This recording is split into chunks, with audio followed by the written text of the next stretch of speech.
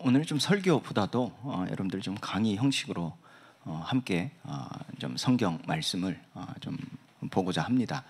유인물 다 좀 받으셔서 좀 참고하시면서 오늘 말씀을 여러분들이 좀 보시고 또 중요한 응답의 흐름 속에 있기 바랍니다. 또 오늘 이 말씀에 대한 이제 우리가 하나님께서 우리에게 뜻하신 바를 여러분들이 좀 배경적 지식이 있어야 또 다음 주일 돌아온 주일날 2장에 대한 뭐 1절부터 16절까지 말씀에 대한 바른 이해가 될 수 있어요.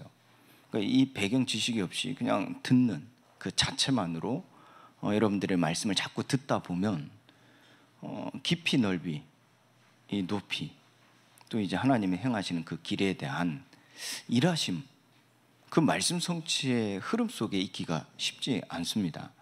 그래서 그 흐름 속에서 하나님께서 우리에게 주신 그 배경적 지식을 여러분들이 뭐 조금이라도 가지고 이 말씀을 보셔야 지금 이 시대, 지금 나에게 그 말씀을 이루어 가시는 하나님의 뜻과 그 성령의 역사하심을 볼 수가 있는 겁니다. 그래서 여러분들이 이 성경에 대한 배경적 지식을 갖는다 하는 것은 우리가 보다 폭넓게 또 보다 깊게 그리고 또 하나님의 마음을 우리가 뭐 알 수 없겠습니다만은 그래도 조금이라도 그 마음을 가질 수 있고 또 그것이 지금 말씀 듣는 것으로 끝나는 것이 아니라 내 삶에 한 주간의 삶에 그리고 내 인생 전 영역에 또 전체 여정에 실제 응답되어지는 그런 삶을 살아갈 수 있게 되어지는 겁니다. 자, 우리가 1장 말씀을 통해서 지금 바울이 로마 교회에 이 서신을 보내게 되어질 때 이 서신을 받는 대상자가 누구라 그랬습니까? 자, 로마 교인들이죠. 뭐 쉽게 얘기하면. 그런데 로마 교인들 중에 지금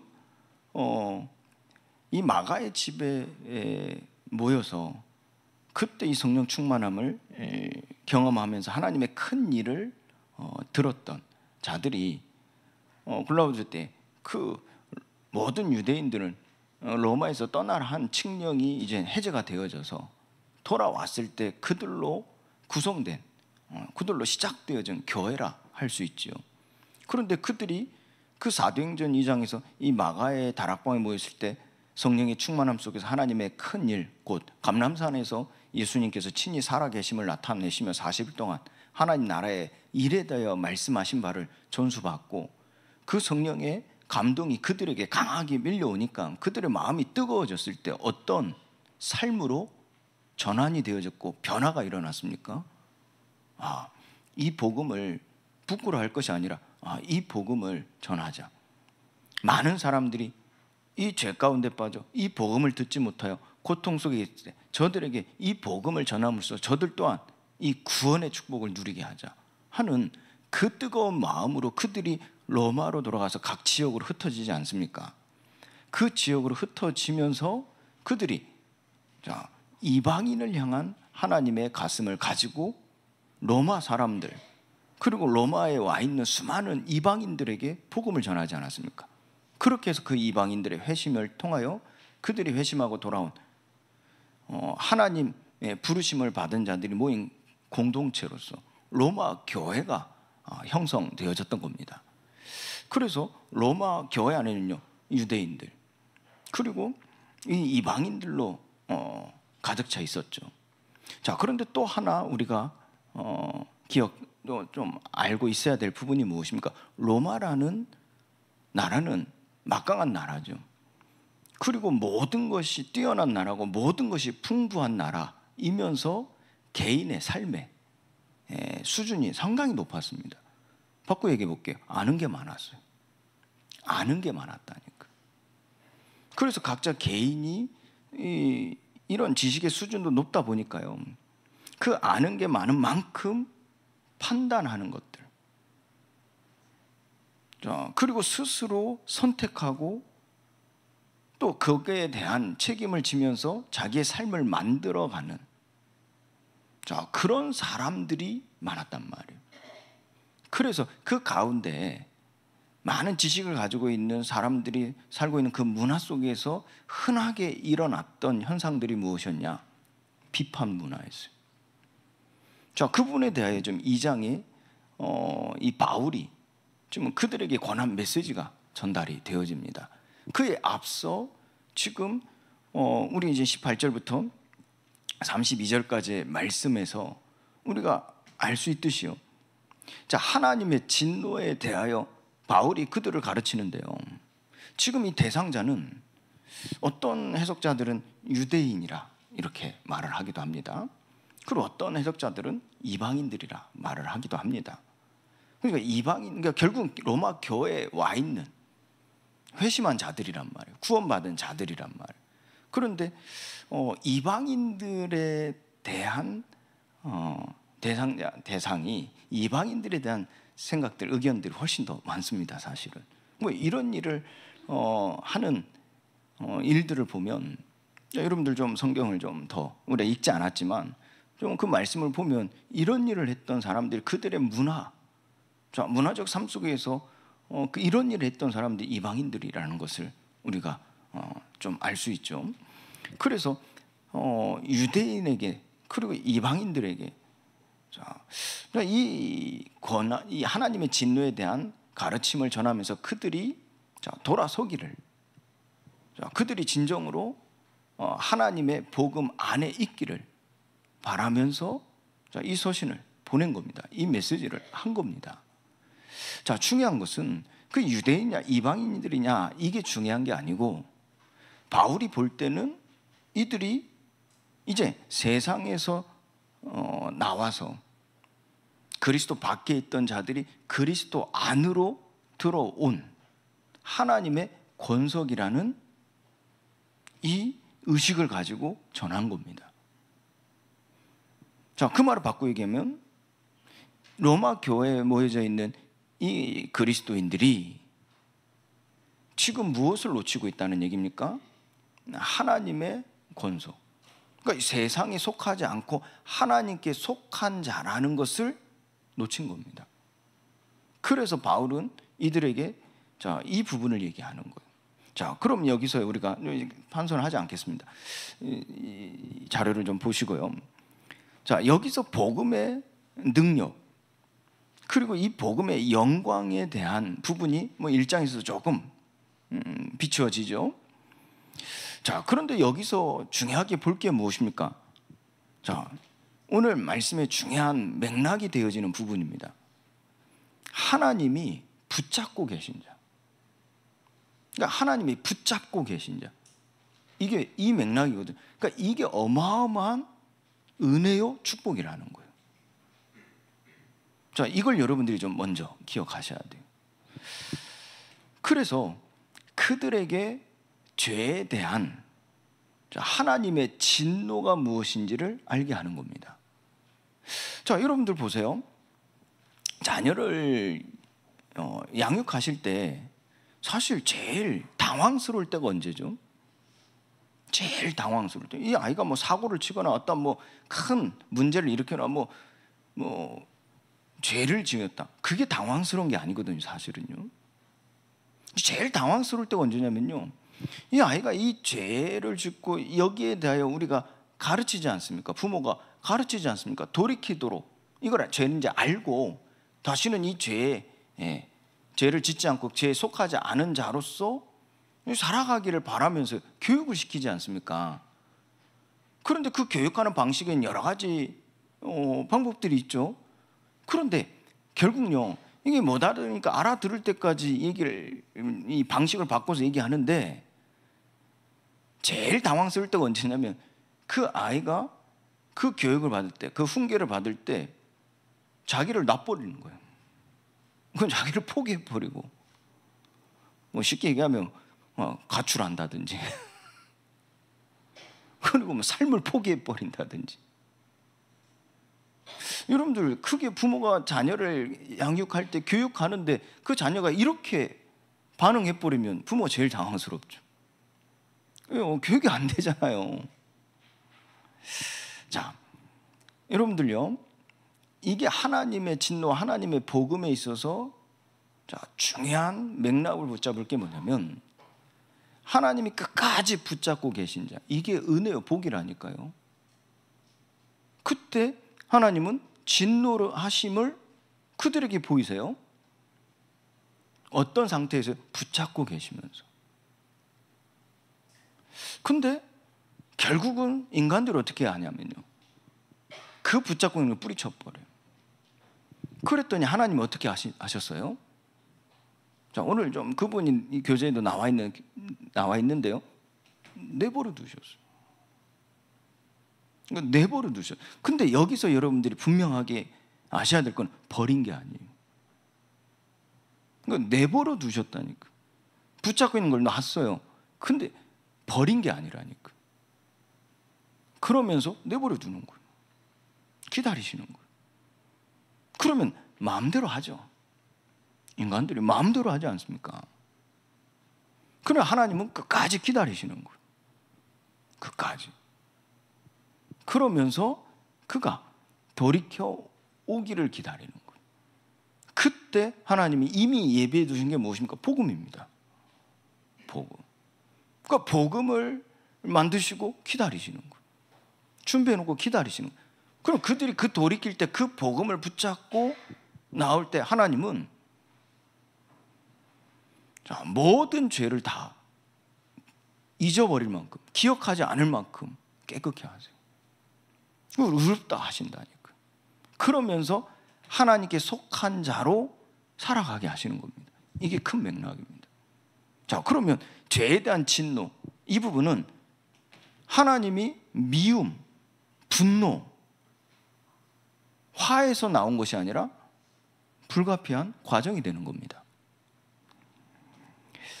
그 속에서 하나님이 복음 안에 있는 의로우심을 나타내시는데, 그 의로우심에 대한 내용보다도요, 내용을 알기보다도요, 중요하게 우리가 봐야 될 게 뭐냐면 관계입니다. 복음 안에서 하나님은 의로우심을 나타내시는데, 그 의로우심을 나타내신 바는 하나님과 나의 관계입니다. 그래서 결국은 무엇입니까? 우리의 믿음의 결국은 영원히 구원을 받는 것이라 곧 하나님은 구원하심으로써 은혜를 나타내시는 거예요. 방법은 무엇입니까? 그리스도죠. 성육신하신 예수님이 그 영광을 나타내신 바, 곧 그리스도를 나타내심으로써 그 구원의 경륜을 드러내시는데, 우리에게는 은혜의 구원의 축복이 많은 거죠. 자, 이 부분에 대한 분명한 메시지가 있어야 돼요. 이 부분에 대한 메시지가 있다는 말은, 여러분 이 부분에 대한 하나님의 일하심을 알아야 돼요. 그래야 내 삶 속에서 일어나는 모든 상황 속에서 하나님이 사랑하시고 은혜 베푸시고 구원하심에 대한 하나님의 일하심을 볼 수가 있어요. 그러면 아까 잠깐 말씀드린 것처럼 어린아이, 아무것도 모르는 아이가 가출을 한다든지 죽어버리겠다고 자해한다든지, 적어도 그런 짓은 안 한단 말이에요. 그렇죠. 적어도 그런 짓은 안 한단 말이에요. 왜요? 그게 제일 마음 아픈 일이거든요. 하나님이. 그게 부모가 제일 마음 아픈 일이거든요. 저만 그런가 여러분들 아닙니까? 다 졸리십니까? 강의한다 하니까 재미없어서 안 됐습니까? 하나님 제일 마음 아파하시는 부분이거든. 결국은 이 부분입니다. 하나님이 끝까지 붙잡고 계신다니까. 그러니까 나는 그 손을 뿌리쳐 버린단 말이에요. 그런데 하나님은 나를 고와 같이 버려두신 게 아니라 기다리시는 거예요. 내버려 두시는 거예요. 왜요? 스스로 깨닫기를 기다리시는 거죠. 그러나 스스로 깨닫는다는 말은 내가 깨닫는 바가 아니에요. 하나님은 계시라는 것을 우리에게 알게 하시고, 계시라는 걸 통해서 우리에게 이미 하나님을 알 수 있도록 다 세팅해 놓으신 거예요. 다 만들어 놓으신 거예요. 그래서 우리가 스스로 알 수 있도록, 그래서 회심하여 주님 앞에 돌아올 때 예비되어 있는 복음. 아브라함이 이삭을 번제로 드릴 때, 자, 하나님께서, 자, 이 아브라함 하나님께 완전히 집중할 때 하나님께서 예배해 놓으신 복음,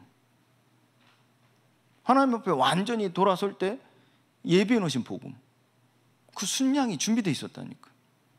그 순양을 가지고 구원의 하나님의 은혜를 경험하게 되어지죠. 뭐 마찬가지입니다. 자, 그럼 우리가 첫 번째, 하나님의 진노. 이 하나님의 진노는 여러분들 기억하시기 바랍니다. 사람에게 있는 게 아니에요. 자, 오늘 교재에 있죠. 불의에 대하여 있어요. 하나님의 진노는 불의에 대하여 있는 겁니다. 자, 근데 여러분들 이 분노라는 것을, 자, 진노라는 것을 이해할 때 우리가 사람에 대한, 내가 자녀를 교육할 때, 훈육할 때 내가 내는 그 화, 분노, 그렇게 이해하시면 안 돼요. 여기서 하나님의 진노는 하나님이 자존심 상해서 화내는 게 아니란 말이에요. 자존심 상해서 너 내 말 안 들어? 너 죽어. 이게 아니란 말이에요. 분노가 아니라요, 긍휼입니다. 긍휼.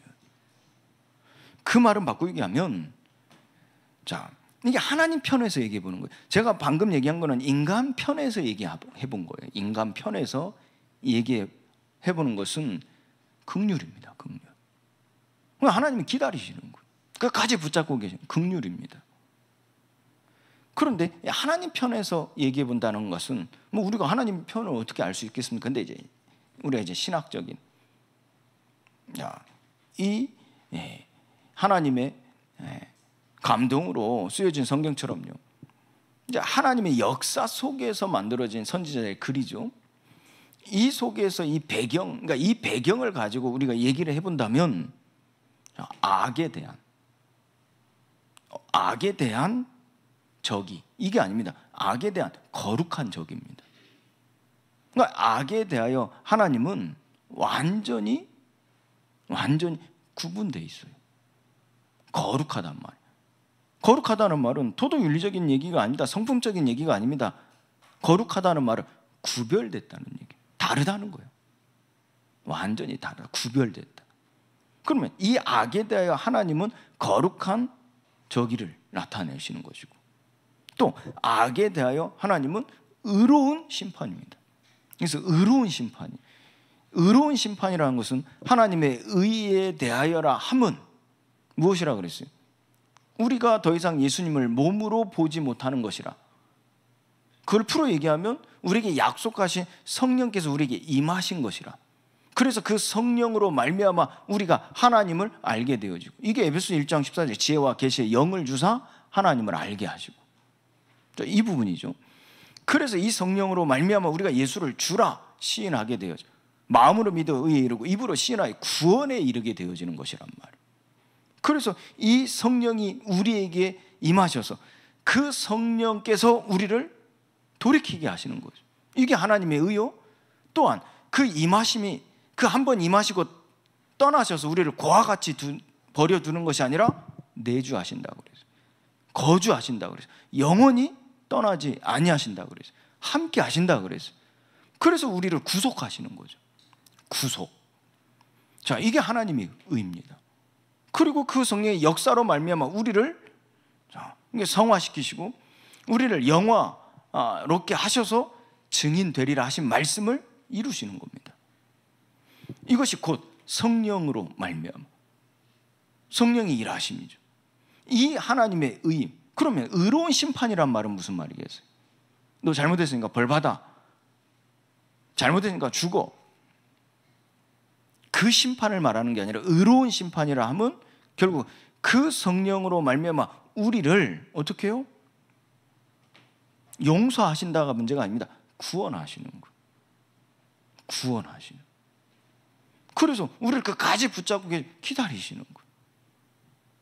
여기에 대한 하나님의 의의 심판, 곧 악에 대하여 의로운 심판이 결국은 우리에게는 구원의 은혜가 되는 거예요. 구원의 축복. 자, 그래서 여러분들 이 부분은 분명히 기억하셔야 돼요. 그렇다면 진노가 향하는 곳이 어디겠습니까? 진노가 향하는 곳, 하나님의 진노가 향하는 곳이 어디겠어요? 우리가 원론적으로 이해해보면 하나님의 진노가 향하는 곳은 죄인이겠죠. 그렇죠. 원론적으로 얘기하면 죄인이겠죠. 왜요? 하나님의 진노로 말미암아 하나님은 그 죄인된 자들을 구원하시기, 하나님의 뜻이 있으니까요. 그게 하나님 주권이란 말이에요. 그래서 이 죄에 대하여 하나님의 진노가 향하는 곳은 어디입니까? 죄인인 거예요. 그럼 조금 더 구체적으로 얘기하면요, 하나님의 진노가 향한 것은 그 죄인들, 곧 그들의 경건치 않음, 그들이 가진 불의, 그러니까 성령이 아닌 모든 것을 판단하고 모든 걸 결정하고 모든 것의 주가 되어지는 것이 누굽니까? 납니다. 나. 내 정신, 내 생각, 내 마음, 내 사상이죠. 내 관념이죠. 이게 의란 말이에요. 의. 내 의, 사람의 의. 이게 불이란 말이에요. 불이. 우리가 도둑질하는 게 불의가 아니에요.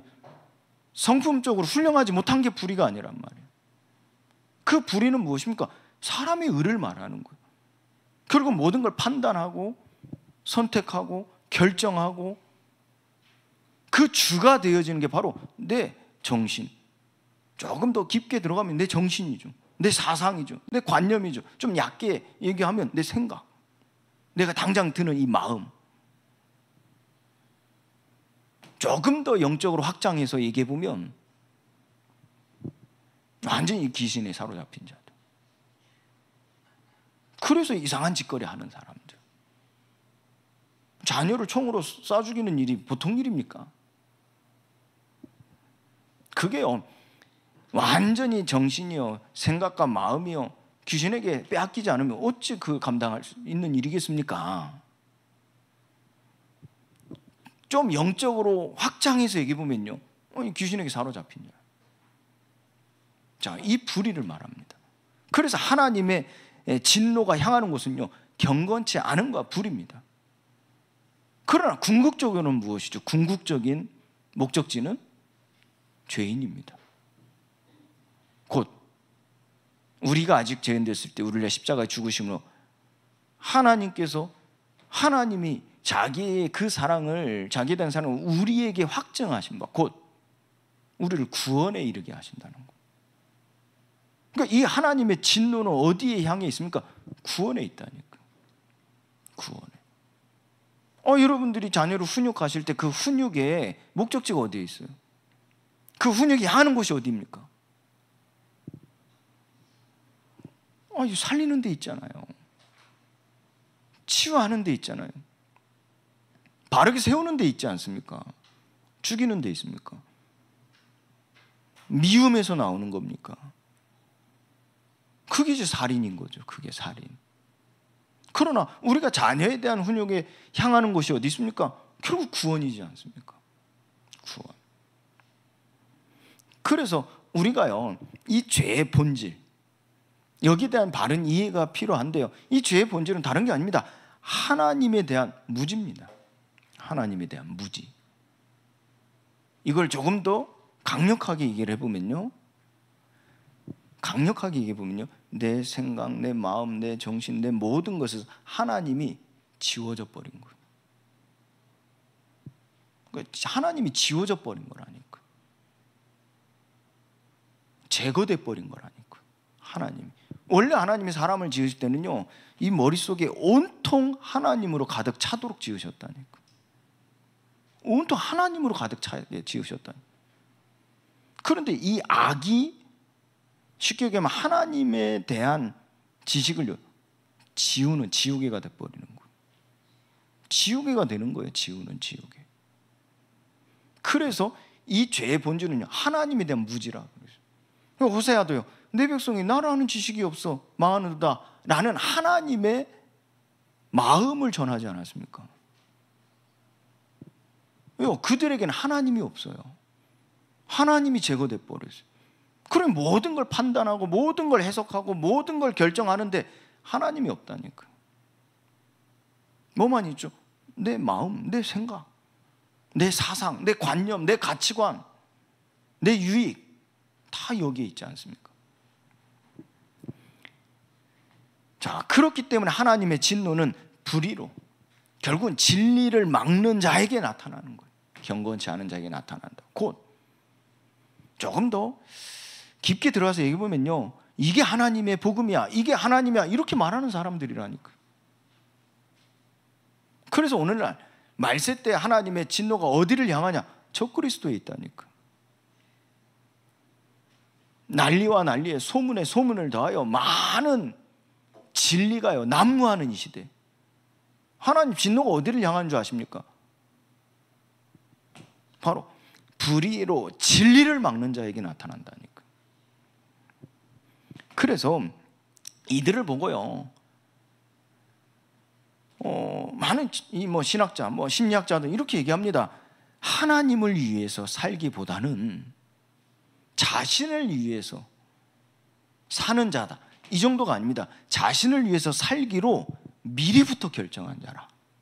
미리부터. 조금 더 확실하게 얘기하면요, 날 때부터,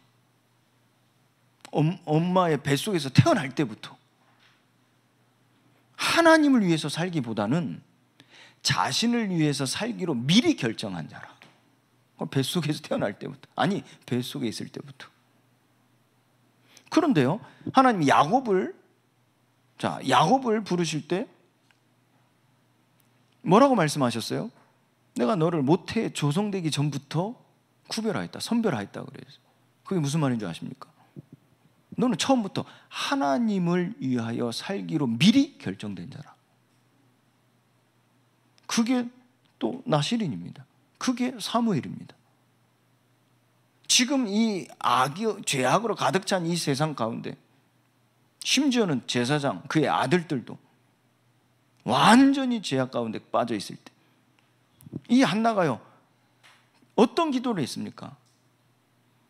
하나님 내게 아들을 주시면 그 아들은 자신을 위하여 살기보다 오롯이 하나님을 위하여 사는 자로 미리 결정한 자라.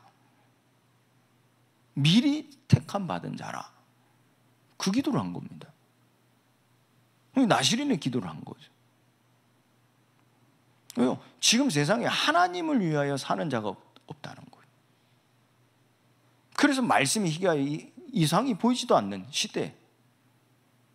그런데 그 가운데서 자기 자신을 살기 위해 태어나는 것이 아니라 오롯이 하나님을 위해서 살아가는 자로, 미리 결정된 자로. 자, 이게 중요한 얘기입니다. 그래서 선의 본질을 우리는 어떻게 이해해야 됩니까? 경건함입니다. 경건함. 구별됨이죠. 우리의 삶이 모태 조성되기 전부터 우리의 삶의 존재가 구별되어진 걸 말하는 거예요. 경건함이라는 것은. 무슨 말이죠? 우리의 온 존재를 다해서 그분을 사랑하고 기쁨으로 그분에게 순종하는 것이라. 이 경건함을 말하는 겁니다. 이게 선의 본질이죠. 가난한 사람 돕고, 병든 사람 찾아가지고 위로하고, 혼자 있는 사람, 방치된 사람, 소외된 사람 가서 함께 해주고, 자, 이것도 선입니다. 이것도 선입니다. 그러나 선의 본질은 어디에 있습니까? 오직 주만을 위하여 사는 것. 나의 온 몸, 온 마음, 온 뜻을 다하여 하나님을 위해 사는 것. 그게 선의 본질이라 그래요. 자, 그렇다면 하나님에 대한 지식, 우리가 어찌 이것을 알 수 있겠습니까? 또한 제가 이 시간에 또 여러 시간 동안에 여러분들에게 이런 강의를 통해서나 또 설교를 통해서 하나님에 대하여 가르친다 할지라도 그 하나님에 대한 지식은 제가 여러분들에게 가르치는 것이 아니라 하나님이 가르치신다니까요. 하나님께서. 그래서 하나님을 알 만한 것들이 이미 우리 속에 있는 거예요. 그래서 아무 선지자가 없는데도 불구하고 구원의 역사가 일어날 때가 있었다니까. 아니, 복음을 전하는 자들이 없는데 구원의 역사가 일어날 때가 있었다니까. 이것이 하나님이 주신 일반 은총입니다. 우리는 자연 세계를 통해서도 하나님을 알고 하나님 믿을 수 있다니까. 만물의 주이심을 하나님이라 고백할 수 있다니까. 나 또한 하나님이 나의 주이심을 고백할 수 있다니까. 그 계시죠, 일반 계시. 이처럼 하나님은요, 우리가 세상에 살아가면서요, 또 우리가 살아가는 존재로서 하나님을 알 수 있는 지식을요, 이미 우리에게 심어주셨다니까. 그래서 19절 20절 말씀이에요. 이는 하나님을 알 만한 것이 그들 속에 보임이라. 하나님께서 이를 그들에게 보이셨느니라. 창세로부터 그의 보이지 아니한 것들, 곧 그의 영원하신 능력과 신성이 그가 만드신 만물에 분명히 보여 알려졌나니 그러므로 그들이 핑계하지 못할지니라.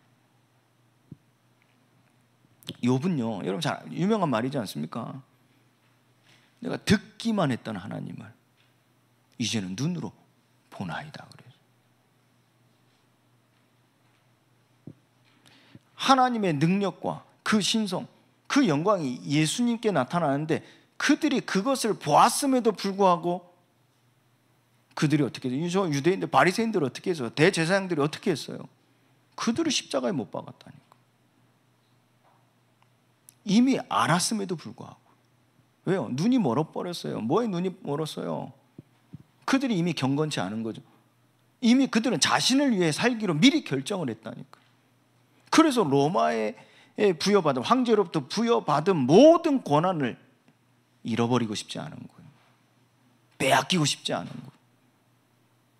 그래서 역사의 기록에 보면요, 대제사장이 뭐라고 합니까? 우리의 왕은, 우리의 주는 한 분이다. 로마 황제입니다. 이렇게 말하지 않습니까? 대제사장, 성전을 관리하고 책임지는 총책임자가. 그는 이미 자신을 위하여 살기로 미리 결정했다니까. 그 악이요, 그 사람을 완전히 덮어버려요. 그런데요, 그 하나님의 진노가 그를 향해 있는데요, 화가 아닙니다. 분냄이 아닙니다. 미움이 아닙니다. 그 미움은 살인이거든요. 죽이는 거거든요. 그런데 하나님의 진노는 무엇을 향해 있다고요? 죄인이 의롭게 되어지는 것이라니까. 그 믿음의 결국은 영원히 구원을 받음이라니까. 그래서 예수님은요, 그 마음을, 아버지의 마음을 십자가에서 못 박히고 죽기 직전에도 말씀하시는 거예요. 아버지의 마음을. 어떻게 해요? 저들을 긍휼히 여기시고 불쌍히 여기서 저들의 죄를 저들에게 돌리지 마옵소서. 하나님의 진노가요, 어디를 향해 있습니까? 죄인을 향해 있으며 그 죄인의 그 불의를 두고 그걸 깨닫고 그들이 미리 예비해 놓으신 그 복음으로 말미암아 구원에 이르게 하시기를 하나님이 작정하시고 원하시고 예정하셨다는 거예요. 자, 그래서 두 번째로 하나님의 복음은요, 진노의 날에 하늘로부터 나타난다 그래요. 그러니까 바울이 말하지 않습니까? 이 불의에 대하여 하늘로부터 나타나나니. 이것이 무엇입니까? 하나님의 복음입니다. 이 복음은요, 진노의 날에 하늘로부터 나타난다. 그래서 24절, 26절, 28절 말씀 보세요. 내버려 두사 그랬어요. 24절에요, 그들의 마음의 정욕대로 더러움에 내버려 두사. 26절에는요, 그들을 부끄러운 욕심에 내버려 두셨으니. 또 28절에요, 자, 그들이 마음에 하나님 두기를 싫어하며 하나님께서 그들을 그 상실한 마음대로 내버려 두사 그랬어요. 내버려 두셨다니까. 자기 중심성 가운데 빠져 있는 미리 자기를 위하여, 자신을 위하여 살기로 미리 결정한 자들을 그 가운데 내버려 두신 거예요. 내버려 두셨다니. 그러니 그들이 도덕적으로나 또한 영적으로 타락할 수밖에 없는 거예요. 자, 그런데 중요한 건요, 이걸 여러분들이 보셔야 돼요. 자, 21절 말씀에 보면요, 그들이 하나님을 알되 그랬어요. 그들이 하나님을 알되 그랬다니까. 그런데 하나님을 영화롭게도 아니하며 그랬어요. 감사하지도 아니하고 오히려 생각이 허망하여지며 미련한 마음이 어두워졌나니. 근데 보세요, 하나님을 알되 그랬다니까. 25절에는요, 하나님의 진리를 거짓 것으로 바꾸어 그랬어요. 그러니까 아는 겁니다. 아는 거, 하나님 진리를 아는 겁니다. 근데 중요한 건 뭐예요? 바꾸는 거예요. 그리고 28절, 하나님을요, 자기 마음이, 내 마음에 하나님을 두기를 싫어하는 거예요. 아는데 싫어하는 거예요. 자, 그래서 사람이 이와 같이 되면 타락의 단계가 있어요. 24절에 정욕대로 하나님 내버려 두시는 겁니다. 그래서 정욕대로 사는 겁니다. 또 26절에 부끄러운 욕심에 따라 사는 겁니다. 부끄러운 욕심을 따라 행하고자 하고, 이 모든 것이 다 하나님 내버려 두신 것이라니까. 근데 기억하실 거, 아까 뭐라고 했어요? 하나님 내버려 두신 이유는 무엇이에요? 하나님 진노가 어디를 향해 있다고 그랬어요? 죄인이 구원을 받는 데 있다고 그랬어요. 또 28절에 상실한 마음대로 이 더러움에 내버려 두셨다니까. 그러니까 이게 타락하는 거예요. 그래서 사람이 타락하는 거예요. 누가요? 하나님을 아는 자들이요. 그래서 21절부터 말씀 보겠습니다. 21절, 24절 말씀에 보면요, 자, 이들이 이렇게 하나님을 아는데도 불구하고 이렇단 말이에요. 그리고 뭐라고 합니까? 스스로 지혜 있다. 하나 어리석게 돼요. 썩어지지 아니하는 하나님의 영광을 썩어질 사람과 새와 짐승과 기어다니는 동물 모양의 우상으로 바꾸었느니라.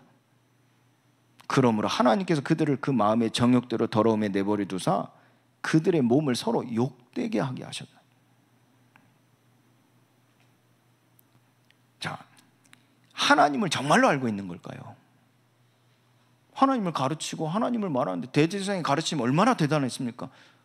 대제사장의 가르침에 수많은 사람들이 무릎 꿇고 받아 적었다니까요. 수많은 사람들이 그 가르침에 울고 웃고 희노애락을 느꼈다니까요. 그 가르침에 위로받고 그 낙심된 그 부족함, 그 갈급함을 체험받고 힘을 얻고 용기를 얻고 살아났다니까요. 그 대제사장의 가르침을 받고 그 하나님에 대하여 말하니까요. 그런데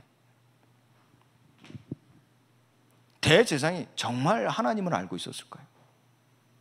에베소 2장 12절 말씀에 이미 너희가 그리스도에 박혀 있었고 그랬어요. 이는 이스라엘 나라 박해 사람이라. 어찌 보면 정말 구원받은 것일까요? 왜요? 약속의 언약들에 대하여 외인이었다.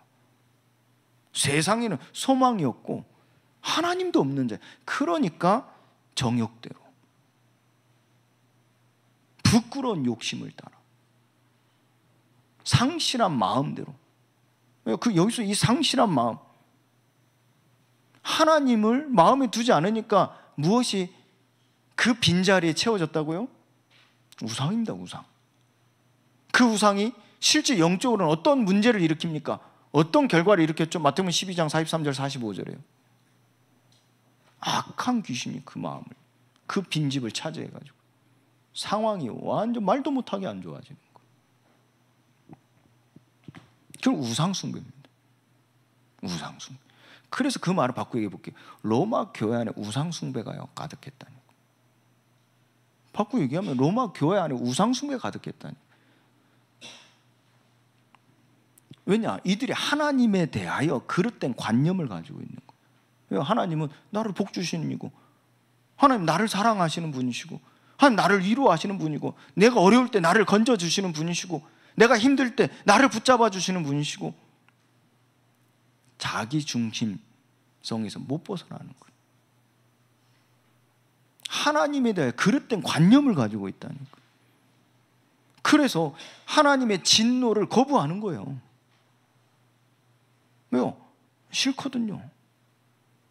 하나님의 진노를 거부한다니까요. 대제사장을 따를 수밖에 없는 거예요. 왜요? 내 마음을 위로해 주거든요. 내 갈급함을 채워주거든요. 내 궁핍함을 채워주거든요. 못 떠나는 겁니다. 왜요? 하나님에 대한 그릇된 관념을 가지고. 결국은요, 그들이 어떤 일을 일으켰냐? 서로의 몸을 욕되게 했다니까. 왜? 하나님을 아는 사람들이 이와 같이 돼버리면 정욕대로 부끄러운 욕심을 따라 그 상실한 마음, 그 우상 숭배를 하는 자들이 그래서 도덕적으로나 영적으로 타락한다는 거예요. 그 결과가요, 수많은 성적 문제들이 일어나는 거예요. 실제적으로 이때도 그랬다니까. 수많은 성적 문제들이 일어날 수밖에 없는 거예요. 그래서 인간성, 하나님이 주신 인격적인 인간성을 완전히 떨어뜨리면 격화시켜버려요. 하나님의 형상대로 지음받은 인간이에요. 인간답게 존재하는 본질적 특성입니다. 이걸 완전히 떨어뜨려요. 그 인간 취급 못 받게 만드는 거예요. 그래서 여러분들 보세요. 저 교주들, 그렇잖아요. 저 사이비 교주들 인간 취급 안 하잖아요. 그렇잖아요. 왜 여러분들 인간 취급합니까? 그게요, 하나님의 진노라니까요. 그게요. 왜요? 이들 또한 하나님 얘기합니다. 그리스도 얘기합니다. 문제는 뭡니까? 하나님이 정말로 아는 것일까요? 25절 27절 말씀이에요. 이는 그들이 하나님의 진리를 거짓 것으로 바꾸어, 이게 중요한 겁니다. 이게 진짜 문제인 겁니다. 피조물을 조물주보다 더 경배하고 섬김이라. 피조물을 조물주보다 더 경배하고 섬기는 거예요. 하나님 얘기하는 교주를요, 신자들이 하나님보다 교주를 더 사랑한다니까. 완전히요, 더러운 모습으로요, 완전히요, 욕되인 모습을 보이는데도 그 신자들은요, 신도들은 어떻게 하는 줄 아십니까? 하나님보다 교주를 더 사랑한다니까. 왜요? 이가 곧 하나님의 진리를 거짓으로 바꿔버리는 거예요. 바꾸고 얘기하면 피조물보다 조물주보다 더 경배하고 섬기는 거예요. 그럼 못 떠나는 거예요. 이게 세뇌당하는 겁니다. 이게 하나님을 떠나는 것처럼. 하나님을 떠나는 것처럼. 여기에 대하여 바울은 확실히 얘기합니다. 뭐라고요? 주는 곧 영원히 찬송할 이시로다.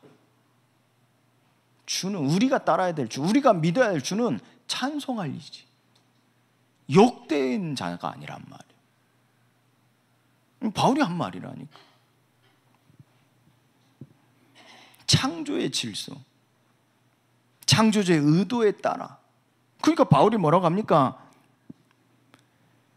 자, 이 때문에 하나님께서 그들을 부끄러운 욕심에 내버려 두셨으니 곧 그들의 여자들도 순리대로 쓸 것을 바꾸어 영리로 쓰며, 그와 같이 남자들도 순리대로 여자 쓰기를 버리고 서로 향하여 음욕이 부릴 듯하며 남자가 남자와 더불어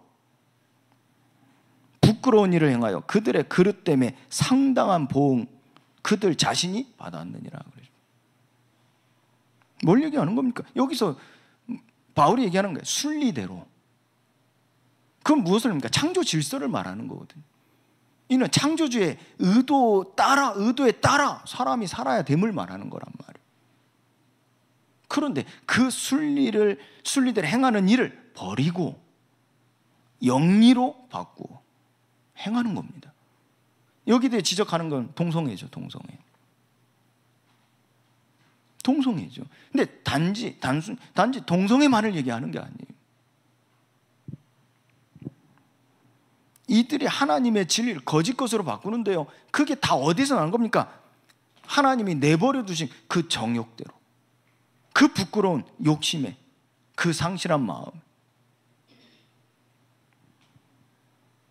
이는 28절부터 32절까지 말씀을 보면요, 그들이 마음에 하나님 두기를 싫어하며 하나님께서 그들을 그 상실한 마음대로 내버려 두사 합당하지 못한 일을 하게 하셨으니, 무슨 말입니까? 그들의 마음에 하나님의 말씀을 간직하지 않는다는 거예요. 가르칠 때는 당연히 뭐 공부하고, 가르칠 때는 전할 때는 당연히 말씀을 가지고 있죠. 무슨 말입니까? 정욕 앞에서, 그 부끄러운 욕심 앞에서, 그 상실한 마음 앞에서 말씀이 없는 겁니다. 더군다나 술 취하면 어떻겠습니까? 방탕하면 어떻게 되겠습니까? 완전히 몸을 내줘버린다니까. 합당하지 못한 일을 하게 돼. 그 결과 어떤 일이, 바울은 뭘 지금 주의하라 하는 겁니까? 이 로마 교회, 하나님께서 짝지어 주신, 하나님께서 한몸 되게 하신 이 공동체, 그걸 파괴시키지 말라는 거예요. 결국은 그 결과 합당하지 못한 일로 인하여 한 몸이 와야 된다는 걸 말하는 거예요. 여기에 대하여 21가지의 악에 대한 목록을 쫙 읊었다니까요. 읽어보세요. 21가지의 악에 대한 목록을 쫙 읊었다니까. 그러면서 죄의 삭은 사망이라. 로마서 6장 23절에 이 죄의 삭은 사망이라. 그러나 하나님의 진노에 대한 하나님의 복음이 드러나는 것은 무엇입니까? 하나님은 그들에게 무엇을 이미 하나님을 알도록 주신 바, 심어 놓으신 바가 무엇입니까? 양심이라 그랬어요. 선한 양심. 그들이 그래서 스스로, 자신 스스로, 비판이 아닙니다, 자신 스스로 양심이 정죄를 받는 거예요. 양심에 대해 스스로 정죄를 받는 거예요. 멈추는 거죠. 돌이키는 거죠. 왜요? 죄의 삭은 사망이라는 걸 알기 때문에. 누가 사람이 죽고자 합니까? 모든 사람은 이 죽음을 두려워합니다. 모든 사람은 죽음을 무서워합니다. 왜요? 하나님이 그렇게 만드셨어요. 왜요? 생명의 주권자는 오직 하나님뿐이니까. 그래서 그 양심으로 하나님께서는요, 돌이키게 하시는, 멈추게 하신다니까. 그런데 보세요. 그러나 그 모든 것들을 무시하는 겁니다. 양심의 화인을 맞은 거죠. 무시하는 겁니다. 이는 하나님의 정하신 것을 부정하는 겁니다. 그런데 더 무서운 겁니다. 더 악한 것입니다. 더 나쁜 것은요, 자기들만 행할 뿐만 아니라 또한 그런 일을 행하는 자들을 옳다 하는 거예요. 괜찮아, 그럴 수 있어, 괜찮다 하는 거예요. 그게 더 악한, 그 말을 바꾸어 얘기해 볼게요. 수많은 사람들, 또 차세대, 다음 세대, 그 후대들에게 적극적으로 권하는 바하고 똑같은 거예요. 그거 해도 괜찮아, 그래도 돼, 적극적으로 권하는 바가 같다고 바울은 얘기하는 거라니까. 그래서 32절에 그들이 이 같은 일을 행하는 자는 사형에 해당한다고 하나님께서 정하심을 알고도 자기들만 행할 뿐 아니라 또한 그런 일을 행하는 자들을 옳다 하느니라 그랬어요. 우리 이 결론 내려야 돼요. 하나님의 진노는요, 악을 위해 의도적으로 진리를 막는 사람들을 향하고 있어요. 이것은 무엇을 의미합니까? 그들 또한 내버려둬서 하나님의 복음 안에 들어오기를 원하시고 기다리신다는 거예요. 그래서 복음에는 하나님의 의가 나타나죠. 믿음으로 믿음에 이르게 하나니 오직 의인은 믿음으로 말미암아 살리라 함과 같으니라. 우리는 하나님의 정하심을 믿는 믿음으로 사는 자들입니다. 그래서 우리는요, 정말로, 그래서 우리가 이 복음에 대한 열망이 다시 뜨거워지는 거예요. 결국 그들을 구원할 길은요, 복음밖에 없다니까. 하나님이 사용하시는 방법입니다. 하나님은 내 안에 거하셔서 하나님의 일을 이루어 가신다니까요. 그것이 내가 사는 것이라 그랬어요. 그것이 나의 존재라 그랬어요. 그래서 나로 말미암아 그분의 일이 온전히 이루어지는데 내 삶에 분명한 목적이 있는 겁니다. 이를 보고 하나님은요, 아름답도다 그랬어요. 이 복음을 전하는 발이요 그랬어요. 왜요? 하나님의 방법입니다. 지금 바울이요, 로마를 향하여 또 저와 서보나 땅끝까지 하나님의 하나님의 소원이죠. 그게 바울 자신의 소원이 되어지면서 로마를 보게 되어졌잖아요. 그러면서 그 로마를 향하여 가는 그 거점이요, 바울에게는 아주 중요한 거점이 되는 겁니다. 저 서바나로 가기 위한 모든 사람, 열방, 모든 민족, 천하 만민에게 이 복음을 하나님께서는 전하게 하시려고 복음을 전파하게 하신다니까. 듣게 하시려고. 여기에 있어서 중요한 시간표 속에 이 로마 교회, 이 사람들이 하나님을 알되 어떻게 해요? 경건하지 못하고 있는 거예요. 불의에 가득 차 있는 거예요. 이 시작입니다. 왜 예수 그리스도의 종이라고, 왜 사도의 권위를 드러냈는지 이유를 아셔야 돼요. 그러면서 이 복음에나 정말 부끄러워하는 것이 아닌 하나님이 구원을 주신 하나님의 능력이 됨이라 하신 바가 어떤 의미인지, 바울이 왜 이 말을 했는지에 대한 의도를 아셔야 된다. 그러면서 이 부분을 가지고 이제 실제 이 성도 한 사람 한 사람에 주는 메시지가 있습니다. 그게 지금 우리 다음번에 나와야 돼. 이 다음 주에 받을 하나님의 심판에 대한 부분입니다. 그럼 그 하나님 심판은 무엇을 위함입니까? 죽이려고 하시는 게 아니란 말이에요. 노아 홍수처럼 하나님은 죽이시려고 하시는 게 아니란 말이에요. 살리시려고 하는 거예요. 그들이 영원히 구원을 받아 그들에게 하나님의 의를 나타내기 위함이란 말이에요. 근데 그들은요, 그거 가지고 이런 삶이 문화가 되어져 얼마나 싸우고 옳다 뭐 싸우고 하겠습니까? 비판이 막 차고 넘치겠죠. 이렇게 사는데 누가 옳다 하겠어요.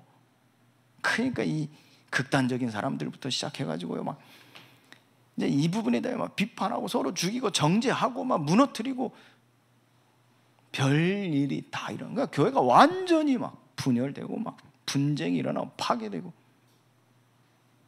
이 일 때문에 부끄러운 일을 함으로써 몸을 욕되게 함으로써 와해되기도 하고, 그래서 비판해가지고 막 서로 막 싸우면서 파괴되기도 하고, 그 로마 교회가 완전히 막 산산조각 나는 거예요. 이걸 두고요, 바울이 복음에 대해 확실하게 전하고 있는 겁니다. 왜요? 모든 민족의 이 복음이, 천국 복음이 증언되기 위하여 온 세상에 전파될 것이기 때문에요. 자, 우리가 오늘날 이 시대를 두고요, 우리 정말 하나님의 소원, 하나님 원하시는 거 붙잡아야 되겠죠. 로마서를 볼 때 복음, 복음이다 그럼 다 좋은 거다, 저는 그런 줄 알았어요. 예전에는 로마서가 복음서니까요, 막 은혜의 메시지, 사랑의 메시지, 막 좋은 메시지, 막 다 좋은 말만 있는 줄 알았다니까. 그 로마서를 공부해 보면요, 로마서 살펴보면요, 완전히 악의 천국이에요, 악의 천국. 그런데 보세요, 하나님의 복음은 진노의 날에 하늘로부터 나타나나니. 그럼 이게 확실해집니다. 말세 시대에 하나님의 복음이 나타나는 거예요. 적그리스도가 판을 칠 때 하나님 복음이 나타나는 거예요. 더 강하게 나타나는 거예요. 여러분들이 이 복음의 빛이요, 또 복음의 빚진 자입니다.